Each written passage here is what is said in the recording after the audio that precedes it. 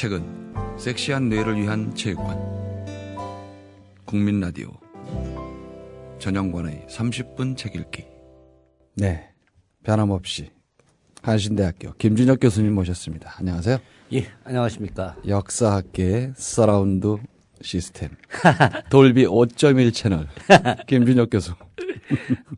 뭐 하여튼 그 방송 장비가 엄청 대단합니다. 예, 뭐 아주 다 이 금으로 다 도배돼 있고 아주 휘황찬란합니다. 자, 숙종, 국왕 숙종. 숙종하면 뭐 일단 제일 먼저 저 같은 사람들은 장희빈만 생각이 나는데. 그렇죠. 보통 일반적으로 뭐 그렇게 많이 생각을 하죠. 그렇지만 숙종이 조선시대 국왕 중에서 가장 오래 왕 노릇을 한 사람이에요. 물론 이제 영조가 52년간 재위를 했지만 그의 버금가게 숙종도 무려 46년 했거든요. 이거 엄청난 겁니다. 그 바로 다음이 이제 그 선조였었는데 46년간 이제 왕 노릇을 했으니까 얼마나 뭐 우리 표현으로 하면 왕으로서의 빠꿈이 아니겠습니까? 그렇죠. 예. 그런데 이제 본인이 14살에 왕이 됐거든요. 그렇기 때문에 왕이 될 때는 굉장히 취약했어요. 특히나 이제 어머니 명성황후도 굉장히 드셌고 그 외척들의 어떤 그 세력 그런 뭐 힘 이런 것들을 갖다 극복하면서 왕이 되는 과정들 또 왕으로서의 역할을 하는 것들 뭐 이런 모든 것들이 힘이 들었는데 그런 이제 힘이 든 거를 극복해 나가는 과정이 거꾸로 이제 태조를 갖다가 다시 되살렸다. 창업주를 그렇죠. 창업 정신을 되살려서. 창업 정신을 되살린 거하고는 조금 좀 다른 측면입니다. 그것이 아니라 태조 자체를 이제 전면에 부각시키는 거죠. 예. 이 방송 하기 전에 너무 배가 고파가지고 저 아래 바깥에 있는 호두과자 3개를 몰래 집어먹었더니 입안에서 자꾸 이게 막 그냥 이 침이 고여가지고 말을 하는데 엄청 힘드네요. 앞으로 저기다가 이 호두과자 이런 거 좀 절대 갖다 놓지 마세요. 먹을 거 안 넣도록 하겠습니다. 하여튼 여기는 뭐 좀 열악해갖고 물도 한 잔도 안 주고 말이야 방송하는데. 행복이 셀프이듯이 물도 셀프입니다. 하여튼 알겠습니다. 자, 제가 본격적으로 책 이야기 좀 하도록 하죠. 이 책의 저자가 이제 그 진주교대에 있는 윤정이라고 하는 분입니다. 윤정 교수예요. 이분은 저를 잘 기억을 못 하겠지만 저는 이분을 기억을 좀 합니다. 제가 예전에 그 석사 과정 다닐 때 저희 대학하고 서울대학하고 이제 그 학점 교류를 해가지고 제가 유일하게 서울대 가서 1년 동안 그 수업을 받은 적이 있었거든요. 중대에서는 이제 수업을 안 듣고 그래서 그때 석박사 통합과정에 가갖고 뭐 쟁쟁한 지금은 뭐 아주 유명한 교수들인데 그분들하고 함께 수업을 했던 적이 있었어요. 그때 이분이 그 수업 시간에 이제 참여를 했었는데 하도 발표를 잘해가지고 또 상당히 또 미인이기도 했어요. 그래서 제가 유독 이제 기억에 남았었죠. 그래서 제가 이제 이 책을 보게 된 것은 저도 앞서 그 이야기했듯이 숙종하면 떠오르는 것이 뭐 장희빈을 비롯한 4대 환국 또 저는 개인적으로 숙종을 별로 안 좋아합니다. 왜 그러냐면 조선시대 전체 국왕 중에 가장 사람을 많이 죽였어요. 제일 많이 죽였어요. 많이 죽이고 또 실수해서 사람을 죽여도 미안해하지도 않았어요, 이 양반이. 그렇기 때문에 저는 그 숙종이 갖고 있었던 그런 너무 왕권에 대한 집착력들 이런 것들 때문에 썩 좋아하는 사람은 아니었고 그러다 보니까 숙종에 대해서 일종의 그 편협한 생각을 가질 수도 있었다는 생각이 좀 들었어요. 왜냐하면 뭐 모든 걸 다 이제 안 좋게 보는 건 아니지만 그래도 상당한 부분을 안 좋게 보다 보니까 저 인간 뭐 이제 이런 게 있을 거 아니겠습니까? 그래서 숙종대의 어떤 그 환국 정치 특히나 이제 숙종이 일으켰던 4대 환국이 결국은 이제 영조 정조대에 그것을 이제 풀어내느냐고 즉 다독거리느냐고 이미 앞선 국왕이 엄청나게 망가뜨려 놓은 것을 갖다가 정리하는데 근한 뭐 80년, 90년의 시간을 소비를 해버렸기 때문에 저는 그것이 조선 후기에 보다 발전할 수 있는 사회를 갖다가 망쳐버린 거다. 이런 생각을 갖게 됐거든요.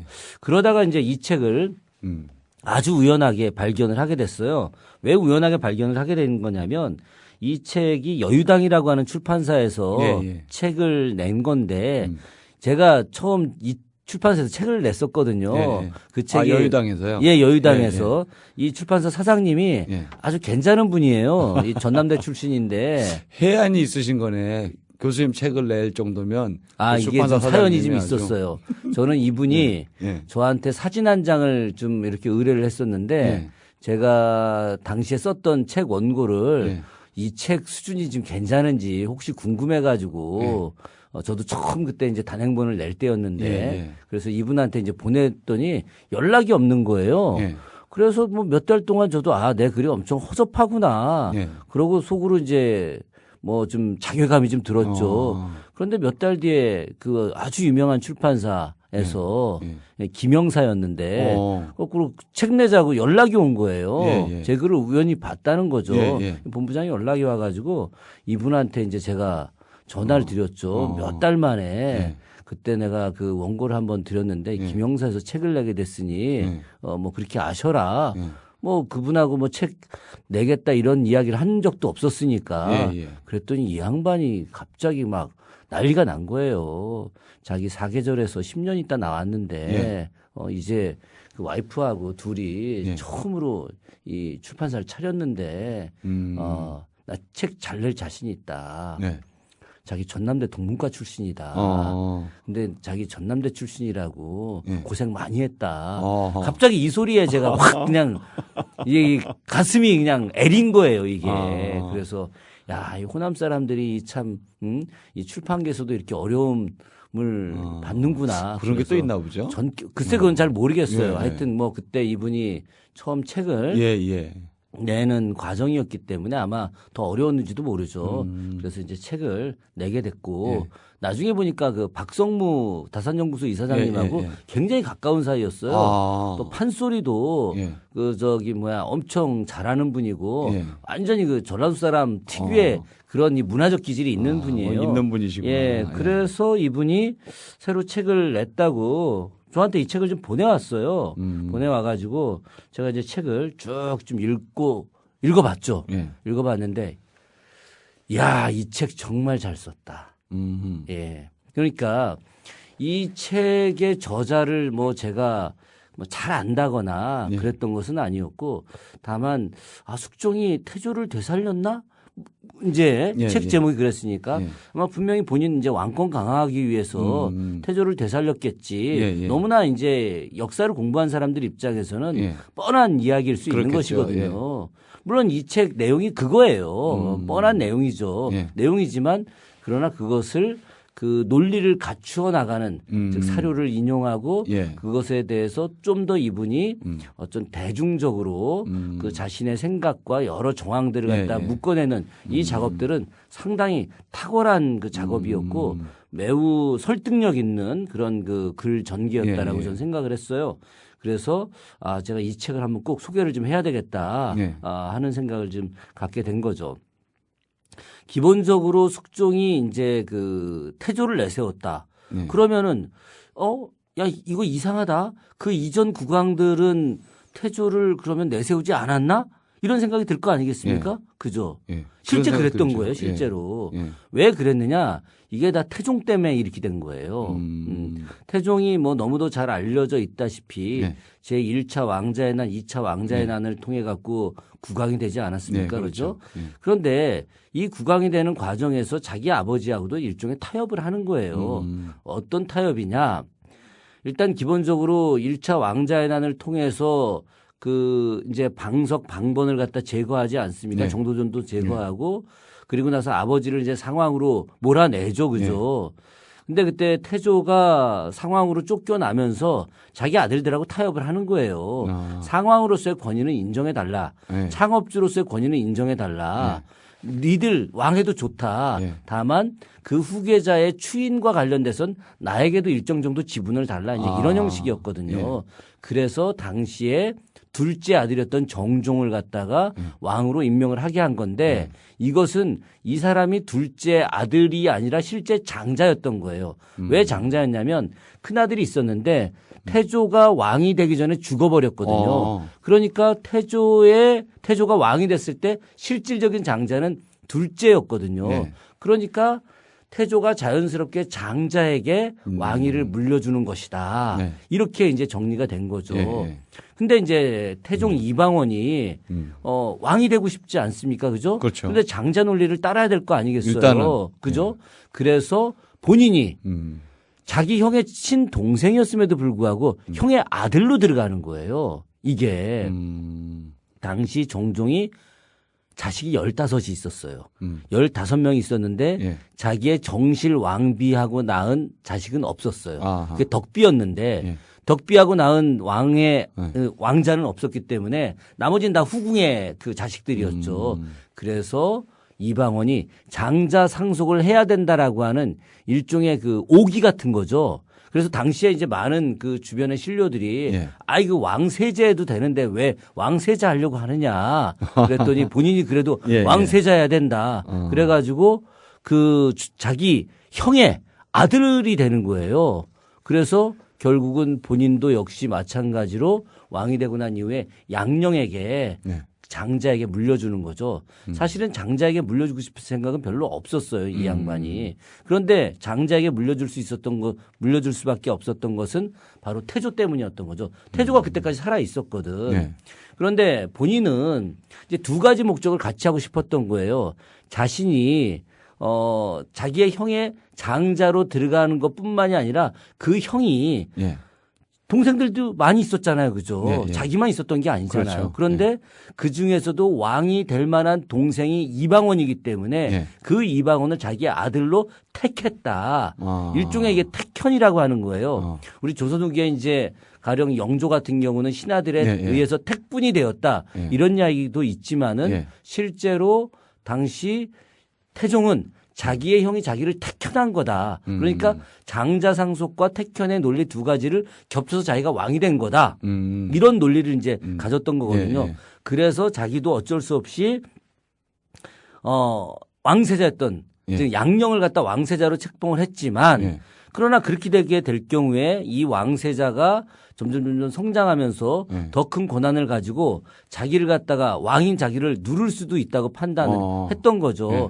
그래서 태종은 자기 아버지 태조가 죽자마자 네. 그때부터 자기의 큰아들을 공격하기 시작한 거예요. 너 술 처먹는다. 너 기생들이랑 논다. 이래서 예, 예. 계속 시비를 걸어가지고 끝내 예. 자기 아들을 갖다 내쫓아버리는 거죠. 그리고 나서 셋째였던 네. 원래 둘째로 할 수도 있었던 거죠. 그렇죠. 그런데 둘째로 하게 되면 첫 번째가 잘못돼서 둘째가 장자를 이었다. 예. 이런 논리가 성립될 거 아니겠습니까? 그런데 자기는 앞서 이야기했지만 택현의 논리를 더 중요시했던 거였거든요. 자기가 그만큼 훌륭한 사람이었기 때문에 형도 자기를 선택한 선택을 것이다. 받았다. 예. 그 논리로서 자기를 포장하고 자기를 드러내고 싶었던 거죠. 그래서 본인은 원래 넷째를 선택을 하고 싶었어요. 성령대군을. 근데 이 성령대군이 밥을 먹다가 예. 이 모가에 가시가 걸렸는데 생선을 먹다가 가시가 걸렸는데 컥컥컥 하다가 이게 질식사해서 죽어버렸어요. 이게. 아이고. 그러는 바람에 네. 성령 대신에 셋째였던 충령을 선택을 하게 된 거죠. 그러면서 아주 웃기는 논리를 가지고 효령대군을 네. 왕세자 등극을 못하게 해버린 못하게. 거예요. 그 황당한 논리가 뭐냐면 네. 효종이 술을 마시지 못한다는 거였거든요. 아이고. 그러니까 중국에서 사신들이 오게 되면 접대 못 접대를 해야 네. 되는데 효령은 술을 한 잔도 못 하는데 대신 저 충령은 사신들과 적대할 수 있는 대접할 수 있는 술을 마실 능력이 있다. 뭐 이런 논리 정도로다가 자신의 아들 효령을 이제 막았던 거죠. 자, 여기서 문제는 뭐냐? 네. 태종이 이제 충령에게 왕세자를 책봉을 하고 예. 그리고 자신이 상왕이 돼서 4년 동안이나 충령 즉 세종을 갖다가 네. 교육을 시켰단 말이죠. 네. 그리고 나서 죽어버려요. 죽는데 여기서 세종이 바로 자기 아버지 태종만을 전적으로 위했던 거예요. 그러니까 당시에 정종 같은 경우는 지금 우리가 정종이라고 부르지 않습니까? 예, 예. 그때는 정종이라고 하는 그 이름을 붙이지도 않고 예. 세종이 종묘에 모시지도 않았어요. 그래서 중국에서 내려왔던 시호였던 공정이라고 하는 시호 하나만 가지고 그냥 공정왕이다. 그러니까 할아버지였던 태조 그리고 그 앞에 보지도 못했던 목익도안은 다 종묘에 들어갔는데 예. 실제 조선의 두 번째 임금이었던 정종은 아예 종묘에도 들어가지 못한 거예요. 이것은 왜 그런 거냐? 예. 세종이 자기 아버지 태종이 실제로 창업주와 같은 사람이다. 그러니까 할아버지였던 태조보다도 예. 자기 아버지를 더 높이다 보니까 실제로 세종대부터 시작해서 물론 이제 태종 때부터 시작한 예. 거지만 세종대에 더 본격적으로 태조라고 하는 사람의 지위가 상실된 거예요. 이게. 그러니까 그 뒤에 세조도 예. 뭐 성종도 뭐 이런 식으로 그 임난 이전의 국왕들 모두가 다 자기의 창업주였던 태조를 잊어버린 거죠. 아니 의도적으로 생각을 안 했는지도 몰라요. 왜냐하면 태종과 세종을 중심으로 예. 더군다나 이제 세조를 중심으로 예. 이렇게 이야기를 하다 보니까 예. 태조가 이제 묻혀버린 거죠. 그런 과정에서 14살에 즉위했던 숙종은 자신의 왕권을 강화하기 위한 새로운 명분으로다가 할아버지였던 이제 태조를 되살리는 작업을 이제 하기 시작했던 거죠.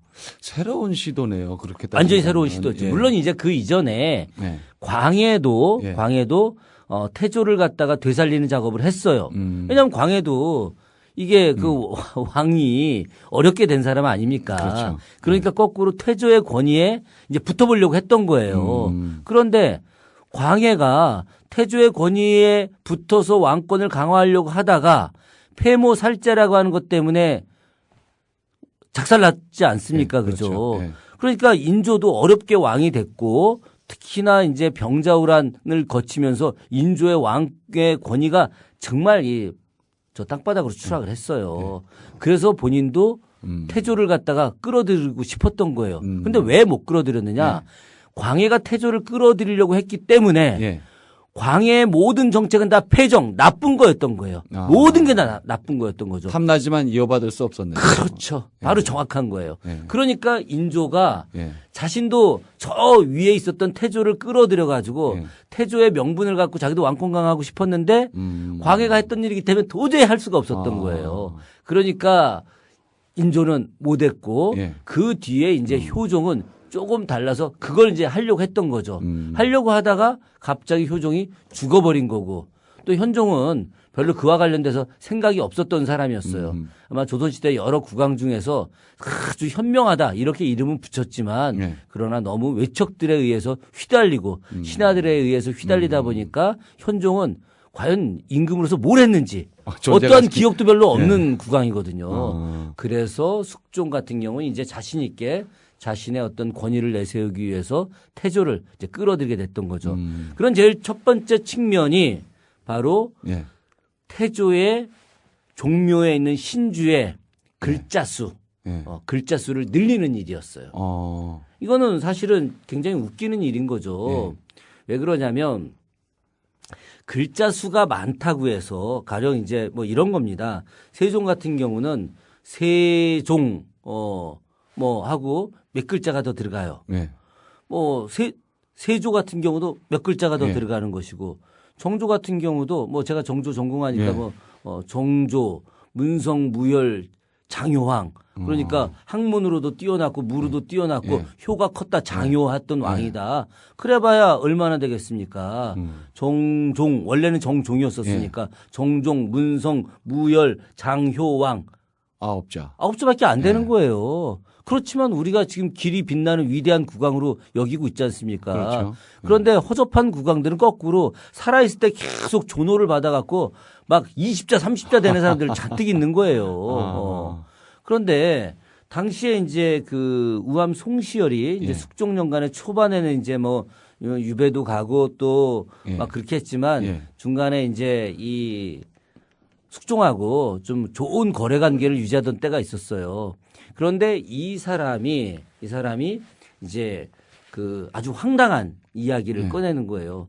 아니 역대 국왕들 중에서 제일 이 시효가 작은 사람이 거꾸로 태조다.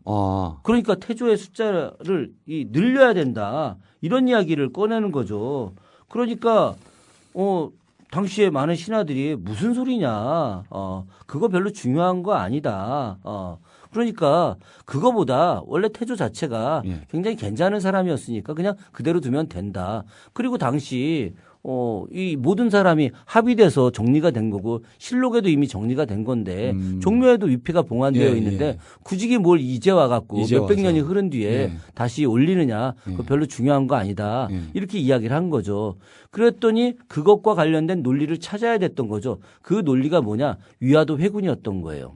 즉 위화도 회군을 통해서 조선을 창업한 사람이었기 때문에 네. 위화도 회군을 굉장히 중요시 여겨야 된다. 네. 거꾸로 이 위화도 회군을 갖다가 아주 묘하게 대명 의리론으로다가 둔갑을 시켜버렸던 거죠. 그러니까 당시에 그 임진왜란과 병자호란 이후에 네.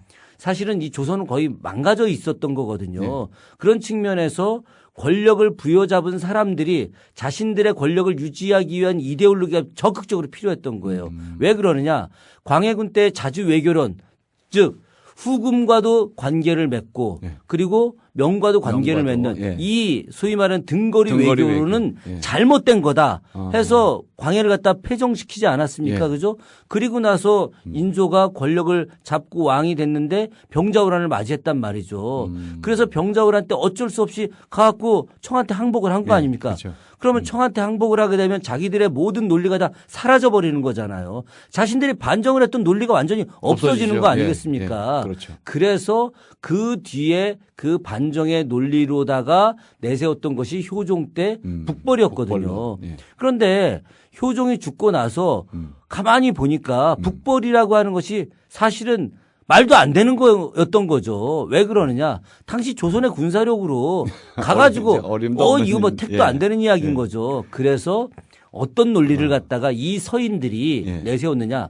어쨌든 기본적으로 이데올로기는 있어야 되는 거예요. 자기들이 이 청나라 저 오랑캐 새끼들한테 절대로 우리는 타협하지 않는다. 우리는 목숨을 내걸고라도 저놈들하고 맞짱 까야 된다. 네. 뭐 이런 논리를 계속 일관되게 주장을 해야 될 거 아니겠습니까? 그렇죠. 예. 그래서 그런 논리를 주장했던 것이 내수 외향론이었던 거예요. 그러니까 안으로 좀 닦자 이거야. 닦고 우리 준비하자 이거지. 예. 준비하고 뭐 이게 10년이든 20년이든 30년이든 40년이든 100년이든 예. 준비해서 그래서 이제 힘이 생기면 오랑캐 저 새끼들 때려잡자 이거였던 거죠. 실제 이건 뭐예요? 하지 말자는 거지. 그쵸. 하지 말자는 거지만 명분은 그럴싸한 거죠. 그죠? 명분은 그럴싸해서 이걸 갖고 가게 된 거죠. 예. 그런데 이 논리를 갖다가 보다 더 구체화해 줄 필요가 있었던 거예요. 그것이 바로 위화도 회군이었던 거죠. 왜 위화도 회군이었느냐? 태조가 예. 당시 위화도에서 회군한 것은 바로 명나라를 공격하지 않는 즉 명을 갖다가 보존하고 지키려고 했던 그런 의리였다라고 하는 거예요. 그러니까 지금은 무너진 명에 대해서 우리가 사대하고 받들어 모시는 그 출발이 사실은 위화도 회군으로부터 시작된 거다. 그러니 이 위화도 회군을 했던 그 대명의 의리론을 지켰던 저 태조 이성계야말로 실제 이 엄혹한 시절에 이 청이라고 하는 이 거대한 세력이 우리를 압박하는 이 시점에 그래도 우리가 청에 대해서 반기를 들고 그리고 우리의 그런 소신을 굽히지 않는 이 기본적인 존주론, 존주양이 주나라를 받들고 오랑캐를 물리치는 즉 존주라고 하는 것은 존왕을 이야기하는 것이고 존주 존왕이라고 하는 것은 대명 의리론을 이야기하는 것인데 이것을 갖다가 지켜냈던 첫 번째 국왕이 바로 태조였기 때문에 태조를 높이 받들어야 한다라고 하는 것이죠. 그러니까 당시 대명 의리론이라고 하는 것은 실제 백성들의 삶에 아무런 도움이 아무 됐던 것이 상관없는 아니었어요. 거죠. 예. 그것은 요즘으로 이야기하자면은 반공주의하고 똑같은 거예요. 예. 오로지 반공주의만을 내세우면서 권력을 유지하고 기득권을 유지하려고 하는 이 세력들이 그 몇백 년 전에 대명 의리론을 통해서 강조했던 거죠. 결국은 숙종이 왕권을 강화해 나가던 그 과정에서 제일 중요했던 것이 바로 이런 대명 의리론을 강조하는 것이었고 그것을 다시 앞서 사실은 당시에 이성계가 무슨 뭐 대명 의리론 때문에 위화도 회군한 거 전혀 아니거든요. 예, 그렇죠. 그리고 그 이후에 예.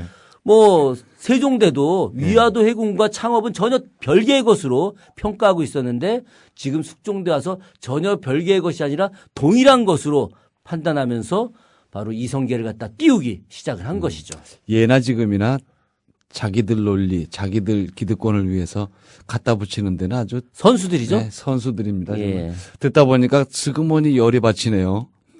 이따가는 더 열받칠 일이 또 있습니다. 예. 나머지 얘기는 내일 들으면서 열받도록 하겠습니다. 예. 오늘 고맙습니다. 예, 고맙습니다. 네. 숙종이 12살 되던 해일 겁니다. 2차 예속 논쟁이 일어납니다. 1차 논쟁은 숙종이 태어나기 2년 전이었던가요? 뭐 전에 듣기만 했을 겁니다. 그렇지만 제법 성장한 숙종은 논쟁에 휘말린 아버지의 고통을 보았을 겁니다. 이듬해 아버지 현정이 승하합니다. 34세 불과한 아버지의 죽음은 숙종의 가슴에 커다란 낙인을 찍었겠죠. 이건 아니다 싶었을 겁니다. 왕이 왜 신하들에게 휘둘려야 하는가 번민했을 거고요. 숙종의 정치 방향은 이렇게 결정됩니다. 왕권을 강화하기 위한 무언가를 찾다가 태조를 발견한 건 아닐까요? 요즘 말로 제2의 창업이 되는 겁니다. IT 스타일로 말하자면 조선왕조 2.0이죠. 전권을 가진 왕은 매력적이지만 그런 왕은 흔하지 않았습니다. 고뇌에 시달리고 때는 생명의 위협까지 받았으니까 말입니다. 숙종이란 말을 들으면 제일 먼저 이 장희빈을 떠올리는 저 같은 사람도 쉽게 알아들을 수 있으니까 이 사실 제 앞에 지금 앉아 계신 김준혁 교수님이 대단한 분입니다.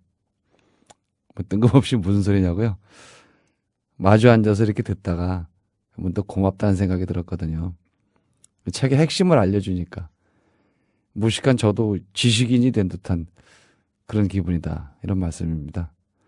앞에 계신 분 지금 얼굴 돌리고 계신데 칭찬하려니까 저도 굉장히 민망합니다. 서둘러 마치겠습니다. 지금까지 30분 책 읽기 전영관이었습니다.